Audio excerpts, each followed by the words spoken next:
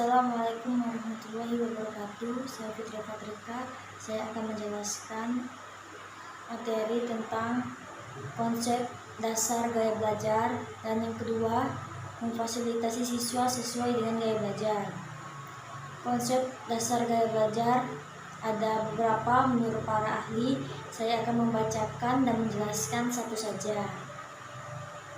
Menurut Willing 1988 mendefinisikan gaya belajar sebagai kebiasaan belajar yang disenangi oleh pembelajar. Kerrer 1979 memandang gaya belajar sebagai cara seseorang dalam menerima, berinteraksi, dan memandang lingkungannya. Dunn dan Grice 1988 memandang gaya belajar sesuai dengan karakter biologis bawaan.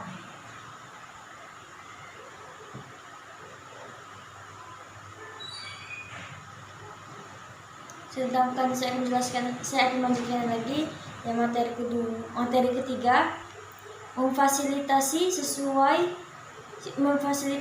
sesuai dengan gaya belajar.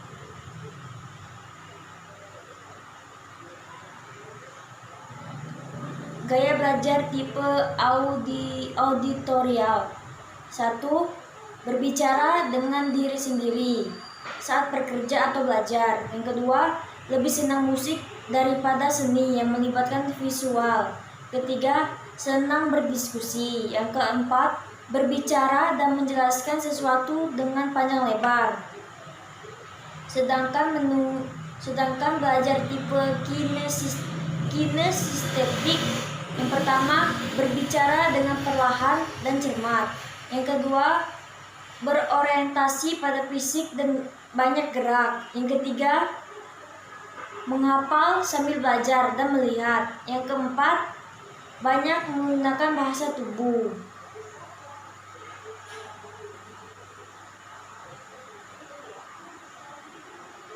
Cukup sekian dari saya.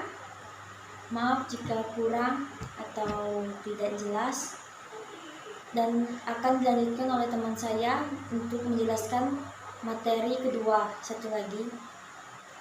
Assalamualaikum warahmatullahi wabarakatuh.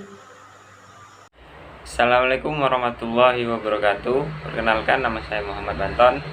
Di sini saya akan menjelaskan materi tentang macam-macam gaya belajar. Macam-macam gaya belajar yang pertama adalah visual atau spasial.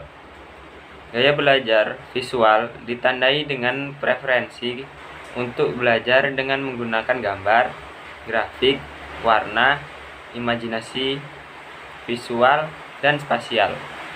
Yang kedua adalah aural atau auditory. Gaya belajar auditory ditandai dengan kemudahan dalam memproses informasi dengan baik dari berbagai sumber suara seperti penjelasan guru, pidato, rekaman suara, dan lain-lain. Yang ketiga adalah verbal atau linguistik. Gaya belajar verbal ditandai dengan preferensi untuk menggunakan kata-kata baik dalam membaca, menulis, dalam memahami pembelajaran. Yang keempat, fisikal atau kinestetik.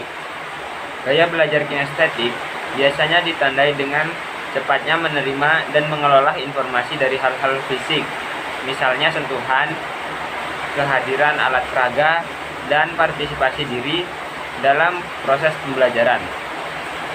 Yang kelima, logikal atau matematik. Biasanya gaya belajar logikal akan seperti menyadari suatu bentuk pola dan melihat keterkaitan suatu informasi lainnya yang biasanya tidak disadari oleh banyak orang. Yang keenam, sosial atau interpersonal.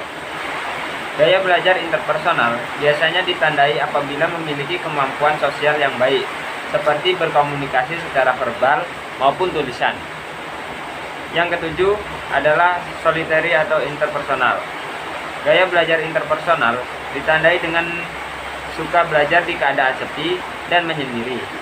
Dengan mengerjakan semuanya sendiri, dapat membuat dan mengetahui interest dan goals.